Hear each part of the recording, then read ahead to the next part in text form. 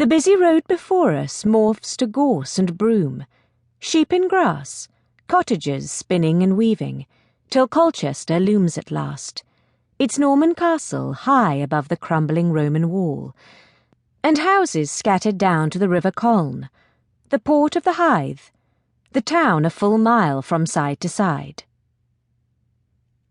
Colchester.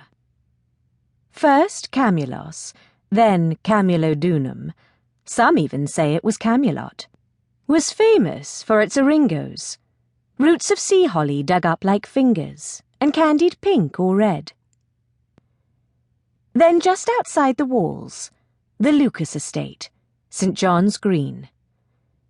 Once the Abbey of St. John the Baptist, my great-grandfather bought it in 1548 for £132. Dovecots, farmland, a kitchen garden, cows.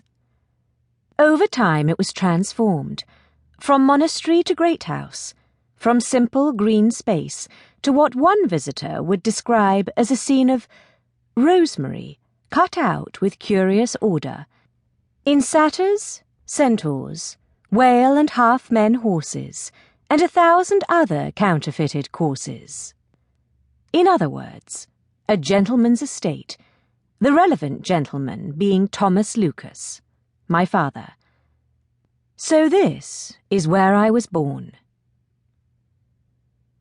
With its gable tops and chimneys, gatehouse and stables, queens dined at St. John's Green, where swords and axes shined from walls. Other walls shone with brightly coloured silks, windows with damask. Tables were laid with Turkey carpets, and an enormous golden salt cellar stood at the master's right hand, while a master lived, that is. For poor father died unexpectedly one morning, as I, his youngest daughter, toddled the garden path. There'd been a party, my second birthday. Orange ribbons twisting down from trees.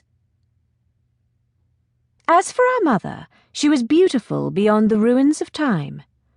None of her children would be crooked, of course, nor in any ways deformed.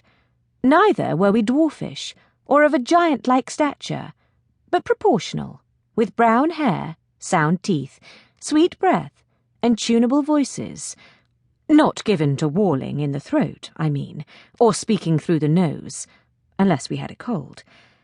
Yet we were none so prone to beauty as she, and I, perhaps, least of them all.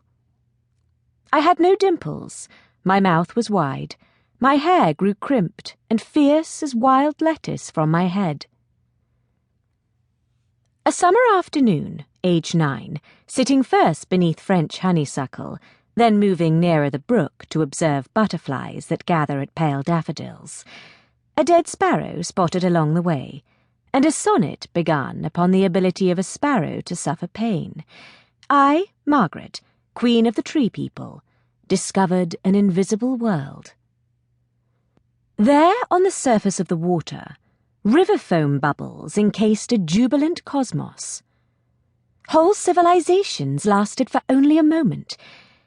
Yet from the creation of one of these bubble worlds to the moment that world popped into oblivion, the bubble people within it fell in love, bore children, and died, their bodies decomposing into a fine foamy substance that was then reintegrated into the foamy infrastructure of the world, as the bubble children grew up and bore children of their own, and died, and were integrated into the sky and air and water, and even into the furniture, which was itself a fine foamy substance that the bubble folk called coffee. In this world, wild horses ran on open fields, and sermonized in church on Sundays, speaking always with great eloquence on vast and noble subjects, such as germination, or giving first-hand descriptions of remote landscapes as seen from the eyes of a running horse. The blur of grasses, wind in the nostrils, how a bee will sometimes bump against your forehead. Standing at the brook that day, creating and destroying this place via the tip of my new leather boot, I began to contemplate all the creatures I had ever killed. innumerable spiders creeping the nursery floor, beetles and slugs in the kitchen garden, a mouse once, which startled me as I slept,